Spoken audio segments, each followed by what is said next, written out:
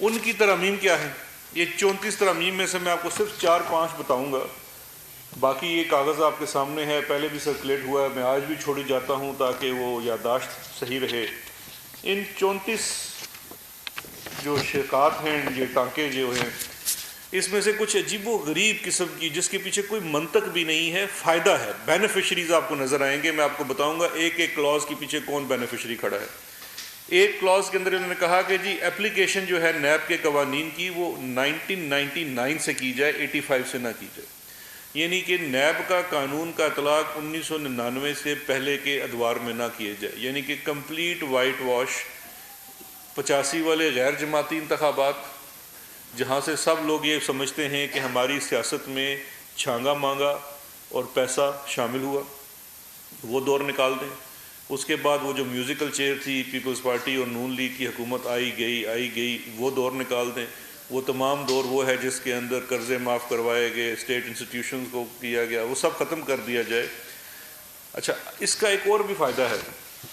85 کے بعد یہ سب لوگ جو سیاست میں آئے، میرا آج دعویٰ ہے کہ 85 سے پہلے ان سب لوگوں کے اثاثے دیکھ لیں کہ ان کی بیلنس شیٹ کتنی تھی، اور 99 میں ان کی بیلنس شیٹ دیکھ لیں۔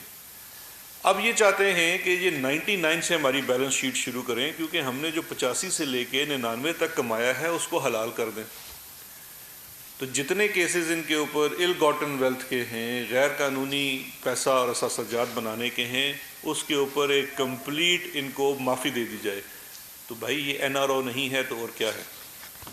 دوسری شک کہ نیب کا جو آفینس ہے، نیب کے اندر جو آفینس بنتا ہے وہ 1 ارب سے نیچے کا نہ ہو۔ وہ اس سے نیچے جو کام ہے وہ ایف بی آر کو بھیج دیں یا کسی چھوٹے محکمے کو بھیج دیں۔ اب ان کے بینیفیشری دیکھ لیں۔ اب 1 ارب کا کیس اگر دیکھیں تو کہ رمضان شوگر مل کا تقریباً 60 کروڑ کا کیس ہے، تو 1 ارب کا نہیں آتا جی، وہ بھی نیب سے چھوڑ دیں۔ رانا ثناءاللہ کے ایسٹس کا کیس ہے، وہ بھی چونکہ کوئی 40-50 کروڑ کا ہوگا، اس کو بھی چھوڑ دیں، کوئی چوری نہیں ہے۔ خواجہ آصف کا ہے، جاوید لطیف کا، یہ تمام وہ لوگ ہیں جن کے کیسز نیب کے اندر چل رہے ہیں، یہ تمام لوگ وہ بینیفیشری ہیں۔ لیکن جو سب سے بڑی ڈیمانڈ تھی یا سب سے بڑی جو چیز اس کے اندر تھی، جو اس قانون کے اندر بھی ڈالی گئی، اس مسودے کے اندر وہ شامل ہے، اور اس کے ساتھ ساتھ اس کا نام نکال دیا جائے تو وہ معاملہ ختم ہو جائے گا۔ اچھا، پھر اس کے بعد ایک کلاس تھی لمیٹیشن آف 5 ایئرس، کہ کوئی ایسا جرم، اچھا پاکستان کے کسی قانون میں جو فوجداری ضابطہ قانون ہے پی پی سی، اس کے اندر لمیٹیشن نہیں ہے۔ آپ 5 سال پہلے کی چیز بھی تفتیش کر سکتے ہیں جب آپ کے نوٹس میں آئے، 10 سال، 20 سال، 30 سال، ایون 50 سال کی چیز بھی آپ تفتیش کر سکتے ہیں۔ ان کا مجوزہ یہ تجویز یہ تھی کہ آپ اس کے اندر سے 5 سال کی شرط ڈال دیں، 5 سال سے پیچھے نہیں جا سکتے۔ اچھا، یہ کہ کس کو این آر او تھا؟ یعنی کہ 5 سال اگر 2020 سے پیچھے جائیں تو یہ شروع ہو جائے گا 2015 سے۔ تو اس کا مطلب یہ ہے کہ آصف علی زرداری صاحب کے اور وہ گیلانی صاحب کے جو 5 سال تھے شروع کے، وہ تو پکا این آر او، ان کو تو آپ دیکھ ہی نہیں سکتے جو کیس آج تک آپ نے نہیں کھولا۔ اور اس کے بعد نواز شریف صاحب کے جو اپنے شروع کے 2 سال تھے، وہ 3-3.5 سال، 2 سال کا انہوں نے اس میں سے اس کو کلین چٹ دے دیا۔ تو یہ کہا کہ جی اس کو کمپلیٹلی آپ وائٹ واش کر دیں۔ نیب کے 12 آفینسز میں سے جو 12 آفینسز ہیں اس میں سے 5 آفینسز کو ڈیلیٹ کر دیں کہ وہ 5 آفینسز نیب کے آفینسز نہ رہیں۔ اس کے جو ڈائریکٹ بینیفیشریز ہیں وہ شہباز شریف، احسن اقبال، خواجہ آصف، شاہد خاقان، خورشید شاہ، جاوید لطیف، مریم نواز، نواز شریف، یہ سارے بن جاتے ہیں۔ پھر ایک فرمائش یہ تھی کہ ڈسکوالیفیکیشن کی جو کلاز ہے اس کو بھی 5 سال پہ کر دیا جائے، یعنی کہ نیب کا کوئی پلی بارگین کی ہوئی ہے جس کو سزا ہوئی ہے وہ 10 سال سے اس کو 5 سال پہ لیا جائے۔ نیب کے اندر سے انٹرنیشنل میوچل لیگل اسسٹنس ختم کر دی جائے، یعنی کہ نیب کے جرائم کے اندر آپ باہر سے کوئی ثبوت نہ منگوا سکے، جس کا کیا مطلب ہے کہ لنڈن کے فلیٹوں کا آپ ثبوت نیب منگا کے عدالت میں پیش نہیں کر سکتی۔ یہ مختصراً وہ کلازز تھی جو ہمیں سامنے رکھی گئی۔ اس میں سے کوئی کلاز کسی صورت بھی پاکستان تحریک انصاف کے لیے، پرائم منسٹر عمران خان صاحب کے لیے یا ان کی ٹیم کے لیے ہرگز قابل قبول نہیں تھی۔ انہوں نے بڑی کوشش کی بارگین کرنے کی، نہیں ہو سکی، ان کو صاف انکار کر دیا گیا۔ اس انکار کے بعد وہ جو اپنی وہ ایک خفت تھی اس کو چھپانے کے لیے پھر یہ ایک نیا دھڑا پی ڈی ایم کا بنایا گیا۔ تو یہ تھی وجہ نزول۔ کہ یہ پی ڈی ایم ہم پہ کیسے نازل ہوئی. عوام تو پی ڈی ایم کو تقریباً ریجیکٹ کر چکی ہے. لاہور والا جلسہ بھی آپ دیکھ چکے ہیں، اس سے پہلے دیگر جلسے بھی. یہ تو پوری طرح سے ایکسپوز ہو چکے ہیں کہ اصل میں یہ چاہتے کیا ہے. کوئی اور ایجنڈا نہیں ہے، ایجنڈا آج بھی این آر او کا ہے. اب اسی سے منسلک دوسری چیز ہے بڑی امپورٹنٹ. وہ کچھ دنوں سے ہم دیکھ رہے ہیں کہ جو اپر ہاؤس ہے سینٹ، اس کے ڈپٹی چیئرمین مانڈوی والا صاحب بارہا پریس کانفرنسز بھی کر رہے ہیں، اور ایک قرارداد بھی پیش کی گئی ہے کہ سینٹ کا اجلاس بلایا جائے، ریکوزیشن کیا جائے. اور وہ یہ بھی کہہ رہے ہیں کہ وہ چیئرمین نیب کو سمن کریں گے اور کمیٹی کے سامنے لائیں گے، جو کچھ بھی کریں گے. اب دیکھیے، اس میں آپ لوگوں کو میں جج بناتا ہوں. بڑا سمپل سا، سب سے پہلے ایک پرنسپل، ایک اصول کی بات کرتے ہیں. اصول کیا ہے کہ میں اپنا آفس، چاہے وہ پولیٹیکل ہو، عوامی آفس ہو، کوئی بھی آفس ہو، اپنے پرسنل بینیفٹ کے لیے استعمال نہیں کر سکتا. اب اگر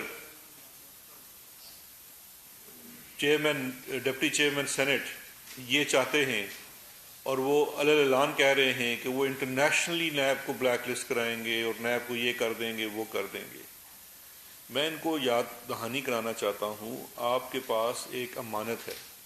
یہ بڑا پرابلم ہے ہمارے ملک میں، اسپیشلی سینٹ کے انتخابات میں، کہ پیسے والے لوگ آ جاتے ہیں، پیسے کے بلبوتے پہ آ جاتے ہیں. وہ جو بھی اس کی وجہ ہے میں اس میں نہیں جانا چاہتا، لیکن جب آپ آ چکے ہیں تو آپ کسی کی امانت لے کے آئے ہیں. آپ کا الیکٹورل کالج پروونشل اسمبلیز کی ووٹس کا ہوتا ہے، وہ لوگ عوام کی ووٹ لے کے آتے ہیں، وہ منتخب کرتے ہیں. آپ یہاں قانون سازی کرنے کے لیے آئے ہوئے ہیں. آپ یہاں پہ اپنے پرسنل انٹرسٹ کو واچ کرنے کے لیے نہیں آئے ہوئے. آپ کے اوپر اگر کوئی مقدمہ بنتا ہے تو آپ مقدس گائے نہیں ہیں. مافیاز کو پروٹیکشن حاصل نہیں ہے. آپ اپنے پبلک آفس کو اس کے دفاع کے لیے استعمال نہیں کر سکتے ہیں. میں نہیں چاہوں گا کہ میں ان کے کیسز کی تفصیل میں جانا چاہوں. ایک بڑی سمپل سی چیز ہے کہ ان سے متعلقہ کسی کیس میں اکاؤنٹیبلٹی کورٹ سے ایک فورفیچر آرڈر آیا ہے. وہ فورفیچر آرڈر ہے، پروسیکیوشن نے وہاں پہ کچھ جا کے ایویڈنس پیش کیا، اس کی بنیاد کے اوپر کچھ شیئرز کو فورفیٹ کر دیا گیا. مجھے بتائیے کہ اگر آج اس کا تو مطلب یہ ہے کہ کوئی بھی پارلیمان کا ممبر وہ کوئی بھی جرم کر لے، کوئی تحقیقاتی ادارہ کچھ نہیں کر سکتا. بلکہ میں سمجھتا ہوں آپ کے ساتھ ایک 489F کا ہوتا ہے. صدیقی صاحب، آپ سے پیسے لے کے ایک پارلیمان کا رکن یا کوئی ڈپٹی چیئرمین یا اسپیکر پیسہ لے کے بھاگ جائے، آپ کو چیک دے دے، چیک باؤنس ہو جائے، آپ جائیں ایف آئی آر کرانے کے لیے، تھانے دار کہ یار میں تو ایف آئی آر نہیں کر سکتا کیونکہ کل تو وہ مجھے سمن کر لے گا سینٹ میں، اس کا تو استحقاق مجروح ہو گیا ہے. تو یہ کیا بنانا ریپبلک بنانا چاہتے ہیں؟ یہ کیا اپنے آپ کو پابلو اسکوبار سمجھتے ہیں کہ وہ بھی تو جا کے پارلیمان میں بیٹھ گیا تھا کولمبیا کی، کہ اس کے بعد اس سے کوئی وہ سوال نہ کر سکے؟ آپ کے اوپر جو بھی ہے، پروسیکیوشن ایجنسی ہے، انویسٹیگیٹنگ ایجنسی ہے، اس نے عدالت میں کوئی چیز پیش کی ہے، آپ کی فورفیچر ہوئی ہے، آپ اس کو چیلنج کریں، آپ اس عدالت کے سامنے چیلنج کریں. آپ کو قانون اس کی اجازت دیتا ہے، آپ ہائی کورٹ میں چیلنج کریں. یہاں روز یہ نہیں ہے کہ نیب سارے کام ٹھیک کرتا ہے. نیب کا کوئی کام ہوتا ہے غلط ہوتا ہے، کوئی آرڈر غلط ہوتا ہے، عدالت میں چیلنج کیا جاتا ہے. عدالتیں ہماری جس طرح کا جو بھی وہاں پہ ہوتا ہے معاملہ، وہ سب آپ کے سامنے ہے. جو غلط بات ہوتی ہے اس کے اوپر پوری، نہ صرف ان کو آپ کو ریلیف ملتی ہے، اداروں کی سرزنش کی جاتی ہے، ان کو سزا جزا کا سلسلہ ہے. But you can not use the sent for your personal benefit. آپ دھمکا رہے ہیں اداروں کو، انسٹیٹیوشنز کو ملائن کر رہے ہیں. یہ ہرگز ایک پارلیمان کے رکن کے شایان شان نہیں ہے. تو میں یہ بڑا واضح کر دینا چاہتا ہوں کہ ہم پاکستان تحریک انصاف کی حکومت یا ہمارے اراکین پارلیمنٹ آپ کو اس طرح سے اداروں کی تصدیق نہیں کرنے دیں گے. آپ نے اجلاس ریکوزیشن کیا ہے، 30 کو ہوا ہے، اگر اس پہ بحث ہوگی تو حکومتی اراکین اس کا بھرپور جواب دیں گے. ہم سمجھتے ہیں کہ تمام اداروں کو انڈیپینڈنٹلی کام کرنا چاہیے اور ان کو جو قانون میں پروٹیکشن حاصل ہے وہ ملنی چاہیے. کسی بھی شخص کو اگر اس نے اس چیز کو استعمال کرنے کی کوشش کی تو اس کی اجازت نہیں ملے گی. اب ایک چھوٹی سی آپ کو میں مثال دیتا ہوں. پرائم منسٹر عمران خان صاحب